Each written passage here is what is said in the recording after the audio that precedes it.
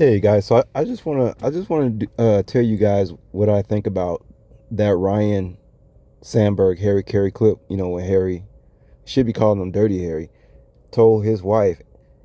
And remember, guys, I just saw the other day that he was actually talking to Ryan Sandberg, and some of us know that Ryan Sandberg recently passed away. Okay, so I find this very ironic that I was, just talking about, this situation, and that I didn't even know it was Ryan Sandberg who Harry was, telling his wife to come sit on his lap. And then I just want to tell you guys like what was going through my mind as it's very cringy. It's actually really cringy. Uh, it's almost hurts me to watch. I don't know. They said I'm telling you, when Harry passed, they said we cannot ever allow this again, man. Okay, so when I watched the clip, right, I just finished watching it now. And I mean, I'm like, the kids was there too? I mean, how could Dirty, man, they should call him, he was Dirty Harry that day. He told this man's wife to come sit on his lap. I mean, I know he's trying to play like the old grandfather role, but when you look at when you look at the editing, when you look at the editing and like his wife didn't, okay, Sandberg's wife, you could tell she didn't think nothing of it. Harry he's just the old grandfather. And he was. I mean, damn, man, it was 1995. Harry passed away in 97, man. This guy, I think he was like, I don't even know. He must have been at least 73, 74 years old or something like that. So he was an old guy. But when you looked at Ryan Sandberg's face, it was so much cringe in that. Like, oh my God. It was so cringy. Because Ryan, it almost looked like Sandberg really didn't like it too much. Because you remember, I don't know if he was, I think he had just got traded or something, but he wasn't a Cub anymore. So if anybody knew Harry's tactics, it would be Sandberg. He knew how crazy this motherfucker was. Maybe of course his wife and his children didn't know, but Sandberg knew how crazy. He knew who Harry really was. He probably chugged down some 40 ounces with Harry, talking about some dirty shit.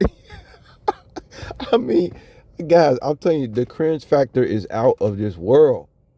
Oh my God, it's out of this world, okay? And the way it looks like, okay, the wife is not thinking nothing of it. The kids ain't thinking nothing of it. Harry knows exactly what he's doing, and Sandberg knows exactly what he's doing. And when the camera, like, it's this moment where the camera shows Harry Sandberg and the wife sitting on his lap. And Harry like does this thing where he looks away and looks at Sandberg. Sandberg, it was like I heard the whole conversation. Like Harry was like, "Yeah, I got your wife, and you're not gonna do anything about it." And he looks away and he looks, and Sandberg, you could tell he was a little bit triggered. You could tell because it was like keep looking at the game. It's like keep looking at the game. While your wife is over, don't look over here. Like the way Harry, oh my God, the cringe, y'all, the cringe. I hope y'all caught that. Oh my goodness, man. Man, let me tell you something. Let me tell you guys something. People be wanting to put me in a box. Y'all see, I like narrating shit, man. I like talking about things that nobody else is talking about. I mean, and it's being myself, narrating stuff. I could be narrating anything. I can narrate anything, man. Anything. Okay? And either make a joke out of it. Sometimes I'll make a joke out of it. Sometimes I'll be real philosophical about it. You never know what angle I'm going to come when I'm narrating stuff. But one thing I know I like to do, I like to narrate things, man. I like to narrate stuff.